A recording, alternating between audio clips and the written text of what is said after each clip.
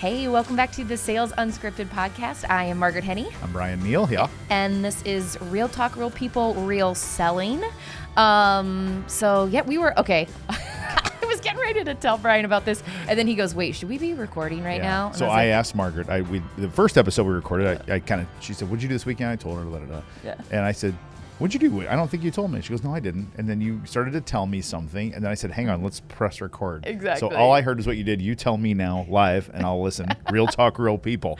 Unscripted. Okay, here we go. So I went with a couple friends and I did what's called a sound bath. Okay. And I was like, well, first of all, do you have like an idea of what you think a sound bath? I'd love to hear if you have an idea of what sound bath is. What I don't know, so I've been floating before. You've ever been floating? Yes, so if you've never been great. floating, you like basically lay in this tub of warm salt water and you actually float with earplugs in.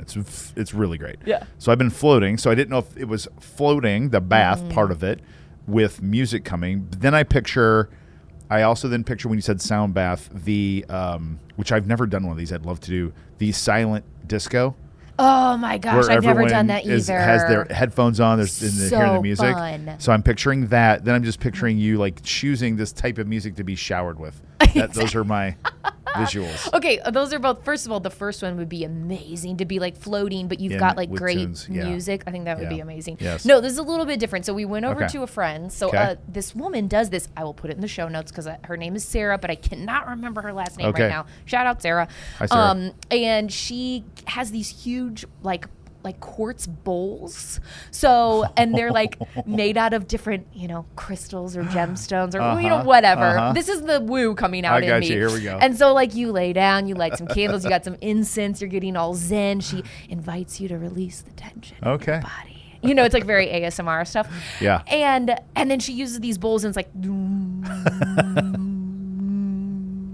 whatever.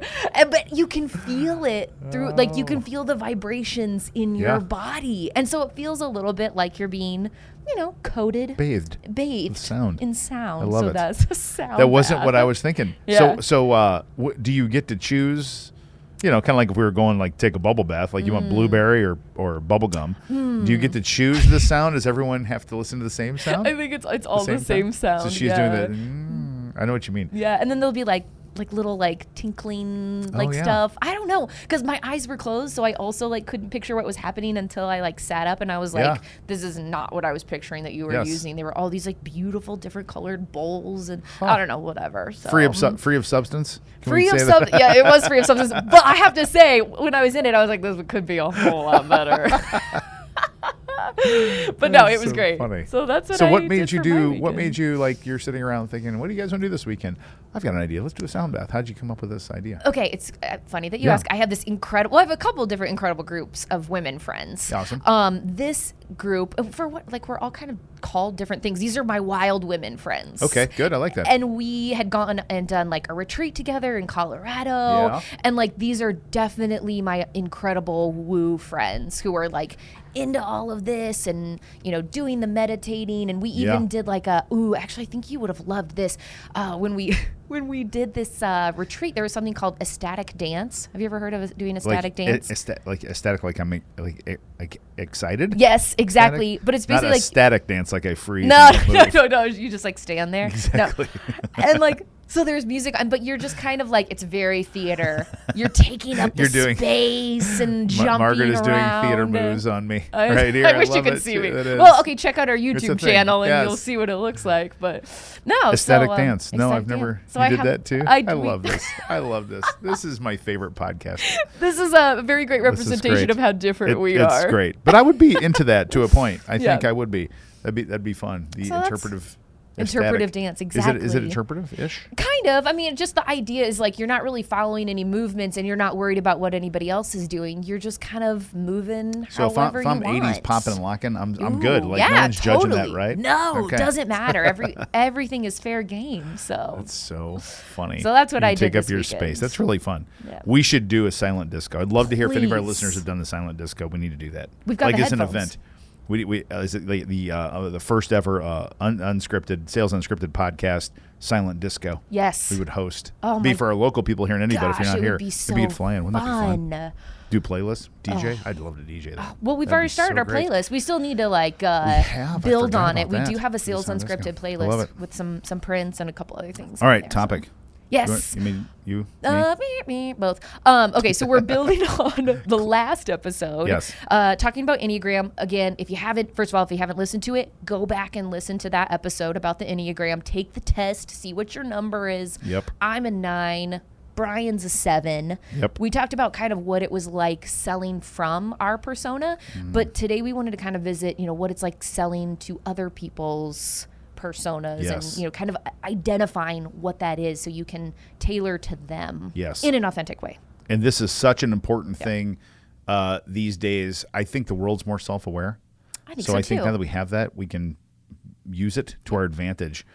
The risk in it, though, the more data we have about ourselves and others, sometimes it can trigger us to be different than we really are. That's, to me, is the risk of this. That's a good point. Is saying, I don't want to mechanize it and say, I'm a 7, Margaret's a 9. I therefore do things or say things because she's a 9. Yeah, which I don't want to do. I want to be manipulative. me. That's totally manipulative. That's weird. Yeah. My therapist says she talks about counterdependence, codependence, and interdependence. Okay. In relationship stuff. I think this applies to selling. Counterdependence is moving away from each other. This is like in sales would be like hardcore negotiation, trying to win, trying to pull the wool over, maybe lie, that sort of thing. Ew. Codependence is like this neediness of like I can't survive without the other persona. That's when salespeople get really needy. In sales process, codependence. Interdependence is where I can be two individual humans that have a very healthy interaction together that are still separate but together. I love that. That's what we're after, right? Interdependence in the sales world. Shout out to therapists. How about that? What's your therapist's name? Which I joke. I have 3. I got Terry and Ari and Christy. Okay. This came from Christy. Mine's Liz. That's great. Shout out Liz. And it's my fun joke is I say I call them my coaches because when they're my coach, I sound less broken. Yeah. Isn't that true? Well, I go to a coach like, no, that's really a therapist. Yeah, that's true. You got them all. So, okay, first of all, there's an amazing tool that you introduced me to that I think is really helpful when you're getting started on this. Yes. And I think a lot of this will make more sense, right? So you're not just kind of blindly trying to figure out who someone is and what they value. And it's called Crystal Knows. Yes. You want to tell them about it? CRYSTAL. Yeah. KNOWS.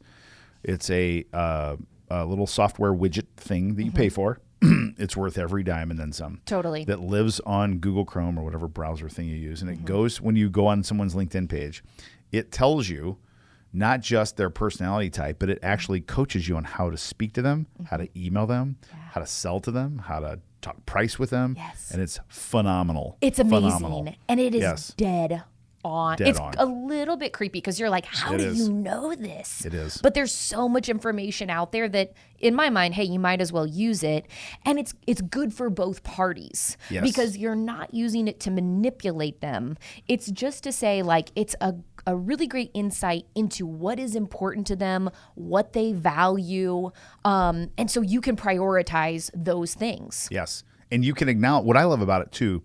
Once you get good at it, and sometimes it's creepy to say, well, I use this thing called Crystal Knows. I looked on your LinkedIn profile, and I know that if I, show up 5 minutes late, you're going to be really upset. It's not about being that direct with it. It is about, though, adapting to say things in your own way that fit that person's personality better, but don't violate your own authenticity. Yeah. And or to acknowledge differences. Yep. So a thing might be if you are so Margaret is a peacekeeper. You're a 9 Enneagram, right? And by the way, Crystal Knows uses DISC, not Enneagram, but that's okay. It's the same concept. But if I know if you're a peacekeeper and you might not like conflict, let's say, and I may be sensing that you don't want to do something I'm selling to you and you don't want to say yes or don't want to commit, but you're being really nice about it. Yeah. I can acknowledge that and to say, I'm getting the sense that saying no to people is really hard for you. Yeah. And I'm getting the sense that you're kind of right there and don't have any intention of signing a contract, but don't want to tell me that. And Yeah. I just want to check in to see, and I know it's really hard for you. I don't want to put you on the spot, but I want to just acknowledge that. That would be a way to say that. Still be me, because I'm less that way. I'm like, let's just make a decision. If it's no, it's no. And this sounds amazing to me. If someone talked to me this way, Seriously? and then, oh my God, I would love it. I would love it, because it would either give me permission to say what I actually want to say and release you so that you can say, okay, Margaret, she's out of my pipeline. Yeah. I'm on to the next one. So you're not, by you saying that, you're not shutting me down if I actually wanted it. Or you would give me the opportunity and I would say, whoa, actually, no, I'm just marinating on a couple things, and I'm kind of thinking that there's other people on my team I got to talk to who are going to be a little hesitant about this. Yeah. That opens the door for you to say, let's talk about what those hesitancies are that you're worried about. Totally. You know, maybe we can tackle those and you'll feel better about bringing them into the conversation then. Yes. So that's kind of the two different ways it might go Yes. for me, but that gives me amazing permission to be really honest with you. That's good. So thanks for that reflective answer there. Now, I'm still in this mode of selling to you. So this is interesting. Let's try it. Because when you then said what you just said, I need to talk to, now what my brain went instantly was, are you having the same feelings with them? Are you fearful that you might, come at them and might get some pushback, and you don't want to go there, like you're trying not to ruffle feathers with your team. You want to keep the peace with your team. And so going there, anytime you bring in a new person or a new idea, it runs the risk of ruffling the team's feathers. Is that part of this? That is absolutely part of it. So we're just staying in the moment. What I'm trying to do here to demonstrate for people is I'm trying to really understand Margaret's persona, which I know, and see how you keep it alive through the thing. Yeah. Without being manipulative. I just want to know if that's, because it could be like, is there a way that I could remove that pressure from you to say, even maybe you and I could meet the team together and I could take some of that for you. And right? that's what I would do. Yeah. I would be like, hey, can I put a little bit more of this on you? Totally. Because also as a peacemaker, I tend to take stuff on and be like, oh man, now I'm going to have to go back to the team. Right. I'm going to have to convey my enthusiasm and excitement, and they're going to give me all these tough questions, and I'm not sure how I'm going to answer them. But if I tell Bryan that, he's like, can I just get in on that conversation with you? And then I can field those questions. Yes. I would be like, absolutely, thank you so much. I don't have to deal with that then. Yes. And so what we're trying to do here, and we're unscripted, which I love about this podcast, we did not plan that at all, is to demonstrate for you how to recognize someone's persona, personality type, what have you, and then make sure that you're empathetic to it and not manipulating it. That's the trick. Well, one thing too, I got to say, because when we were just having this dialogue here, it reminded me, it starts with trust. If I don't trust Bryan, or whoever my salesperson is, right, and I'm not going to be open with them about what my fears or hesitancies are. Yeah, right. And so just first and foremost, and I know everybody knows this, but just have to really beat that horse extra dead, is that they have to trust you. You have to build that with them in order for your prospects and customers to be open enough with you to be like, here's what's going on for me that I'm a little nervous about. Man, right? That's so important. And that starts from the instant you meet with somebody. Yeah. All along the way, all these little things. You ever heard Brene Brown talk about trust? I love Brene Brown so much. You should watch her talk on trust. Okay. It's phenomenal. Oh my It's phenomenal. And what she talks about is these trust is built in itty bitty tiny increments over a really long period of time and can be destroyed in an instant. Yes. And then has to go back to rebuilding over little things. It's crazy. That's so funny. I remember hearing that because it's not about big grand gestures where someone swoops in. It's like your friends who keep your secrets. That's it. It's itty bitty. Tiny secrets. Itty bitty. Or things that aren't really, that you're like, ooh, don't tell anybody, I'm a little sad about whatever. Yes. And they're like, oh, it's safe with me. Yes. Or who will back you up in little moments when you forget someone's name. And totally. I don't know, dumb stuff or acknowledge like that. something. Or if I was in a meeting with Margaret and noticed, I just looked and she looked a little, whatever, bothered or upset. I said, I might just pull her aside and say, hey, that meeting looked like that might have hit you the wrong way in there. Yeah. And I just want to say, I understand, right? Yes. That little tiny acknowledgement that I noticed how you might have been feeling. And Margaret, we might be on a team together. Yeah. But all I'm doing is just saying something that's very real. It's so important. Yeah. So that was important. A little bit of a side note, but it is like the base layer of like everything in order for you to have these, because these are conversations that like it's asking a lot of everyone to come honestly to the table, because traditionally sales, I think, of course, the old way that we think about it is it's this whole negotiation where it's like you don't show all your cards, they don't show all theirs. There's just like, you think someone's trying to pull something over on you. That is no longer the way sales works. And if you are doing it, stop immediately. Seriously.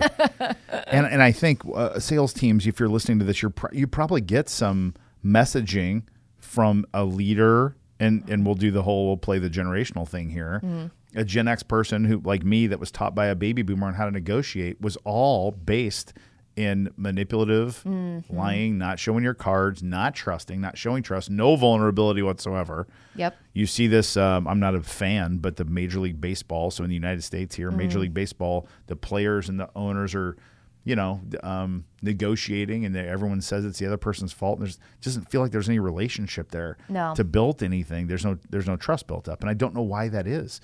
And what's funny is eventually these things get resolved. And why do you have to go through all this BS to resolve them? Why don't you let that go up front? I think it's become like, also a sidebar, like the amount of litigation in America too. Everyone's like, you never accept fault. Which in order to be in relationship with anyone, and by that I mean personal or professional, you have to own your own shit. Yes, always. And but now I feel like the culture and environment is like, never admit fault in anything. No. And you're like, what are we doing here? Yes, it's so true, isn't it? And to be able to raise your hand in a sales process in any way, shape, or form, and to just acknowledge something that I screwed up or didn't do or whatever. Yeah. And you don't have to. I'm not a fan of people apologizing for things they didn't do. Agreed. Yeah, right? totally. But you can acknowledge how people feel. Those are different. So I can say, I'm sorry you feel that way. I hate that. That's not ever how we want our customers or our clients to feel. Right. That sucks. Yeah. I don't have to apologize for something my colleague did 2 years ago that caused Margaret to feel this way. Yeah, right. Right. It's interesting. So when you are looking at someone to be like, okay, this is kind of who they are, what they value, what's going on. Yes. What are some cues that you use other than, by the way, first and foremost, asking them? Right. We can use, the power of language too, to be like, as you're doing discovery, you can ask stuff like, what's important to you? Yes. What are you trying to get out of this? Those sorts of stuff that are all basics, but just trying to get an idea for their personality type. What do you look for? Yeah, this is a great question. And I remember I said earlier when we started this episode, we lose cues now. Sometimes you can't be physically in the same space, or even if you're on Zoom, they have the background blocked out so you can't see things like that. And I'm not talking about the fish on the wall, like, hey, is that your family? Like, no, that's actually just the picture that came with the frame right there. Sorry, not my kids. Is I have this little cheeky phrase. I say, words are windows into the soul. Words are windows into the soul. So you have to really tune into everyone's every word and interpret it in that way to say, what is behind these words that I'm hearing? Okay. You'll hear people say things if you really do this dial back, like, like seeing the FedEx arrow, like you see the FedEx arrow in the logo. Yeah. You've never seen that before. Oh, it's trippy. Once you see it, you're like, oh my gosh, it's there. Yeah. So same sort of thing. So I listen really intently to every word that people say. So they'll say things like, you might say something with your personality that is, I just want to make sure my team's on board here. Yep. So where my brain doesn't go is, okay, I got to settle the team, or I just go, okay, well, she just got to make sure her team's on board. I'm trying to go deeper than that. I'm like, what's behind those words? So I might just, to clarify something, I might say, so what, take me through your team on board. What's the vibe like with you and the team? Like, are they always on board, sometimes on board, never? Is that uncomfortable for you if they're not? Take me through that. I want to understand it better. With sincerity. So what I'm not looking to do is like sell or do anything with that. I really want to understand it with empathy. Yep. That's a good point. So that's a thing that I'm constantly, I think salespeople are really bad at. Yeah. What they hear is they have the reaction to that. Get your team on board. I've got a great slide I can show your team. I've got a great video put together for you and it goes right past. You're the important one. That your feeling is the important thing there. Yeah. See that? It cannot be formulaic. No. And there's always like the The desire to like, how can I shortcut this? There are some, and this would actually be a great podcast in the future too. What are things that you can shortcut and things that you can't? Oh, yeah. This is something that you cannot shortcut. No. It just takes time to get to know somebody, to be in relationship with them, to like figure out kind of, what's going on for them too. Yes. There's not a lot of hacky things. It's really, really good. Except for Crystal knows. I do read that is a little bit hacky. And It's just, I look at that as educational. It's educational. Yes. It's good. Yes. It is very accurate. It also helps. The thing back to Crystal knows that helps me is it helps me not react certain ways to things that I hear from someone. So an example would be someone like me. What personality trait? I'm fishing for an answer here. Yeah, let me see. What's something that you think would make me uncomfortable if someone were what? If I was talking to them. Oh, if someone were what? Would make me uncomfortable. Well, if they were kind of like, if they were inauthentic or just like really kind of putting on airs with you and really trying to schmooze you up, right? Huge. If they were trying to like build up your ego in a gross way, you would sniff that out and you'd be like, ew. That would be bad. I'm not in for it. No bueno. Is that kind of what you're looking for? That's one of them. Okay. That's one of them. Another one that would make me uncomfortable without knowing is someone that's really quiet and reserved. Oh, yeah. It's different than that 7 high energy Enneagram if someone's like, yes, or one word answer people. Oh, yeah, I hate that. Make me very uncomfortable. Yeah. And so with Crystal Knows, I'll see that some people are processors. And processors don't talk a lot. They think, though. So That's you a great think, point. man, they're not into this. I have a client, actually, where I do some work with engineers. And it's a long-term client, so I've learned this over a lot of years. You talk about no feedback. I'm talking about like feedback, not like how am I doing? I'm talking about they're literally blank face. You're teaching on a whiteboard, and they're just staring at you. And they're taking notes, and they're just looking back up. Yeah. They're just staring at you, and I'm thinking, are they even like remotely interested in this? Yeah. Then what I've learned is they're massively interested in it. They're processing it the whole time. Mm-hmm. So I think the Crystal Knows and this self-awareness thing helps us also react to know where we might be thrown off. Yeah. Our own sorts of things. It's like your pastor when they really want an amen and they're like getting nothing, Totally. and they're like, you hear me out there? And you have to finally be like, okay, amen. Yeah. Yes, I hear you. So no, I get it. And it's nice when you know this because then you also don't take it personally. Correct. And say it's either about me or my pitch isn't going That's well it. or they're not into it. You're like, all right, cool. This is just the way that they process things. Yes. They're thinking about it. They are more, because the way that I have to process things is like, I got to talk it out. So I might say some really dumb Interesting. stuff. And I might be like, actually, I don't think I even mean that. I take that back. That's how I think out loud. Not Interesting. everybody is like that. So. So if I'm selling to you, I need to give space for that. Oh, yeah. So I might even ask you, so just externalize what's in your brain, Margaret. Just take me through everything that's in there, good, bad, sideways, whatever, just like kind of, verbal. I would just be able to spew it out, and some of it would be relevant and some of it wouldn't, but it would help me kind of process and get to, whatever was going on for me. Interesting. So, And if I recognize that, the main thing for the rest of us who would be selling to you would be to not interrupt that. yes. Let it be, right? Man, and that's tough for me when I was doing selling because I do get so excited with other people, and I'm a big smile, nod, encourager when somebody's on to something. So they would be talking, and I would be like, yeah, exactly, and I would have to just be like, shut up, Margaret. They're figuring it out themselves. Yes. Shut up, and you can respond afterwards. Love that. Yeah, That's great. All right, so now that's it. That's a really good one. Yeah. Yeah, so we talked about the last episode, knowing yourself, now about knowing knowing others, and use Crystal Knows. We have zero relationship with them. Yeah, I send just love everybody it. there, and I pay for it myself, but It's super cheap too. When we say pay for really it, is. it's not like you're paying. it's like $30 a month or something. Exactly. Yeah. Yeah. And it's really helpful too. And they, like you said, they give you those little kind of scripts to maybe not script, but something to follow. Like, here's how you might say something to them. It's a coaching tool. For me, it's really helpful for people who are very analytical and data driven, because that's not me at all. And I have to remind myself, oh, this person is going to be really into hard numbers and deadlines and all of that. So I just have to turn on a different side of my brain. It's awesome. Worth every dime. Yep. Okay, that's it. See you next time. Later, guys. Bye.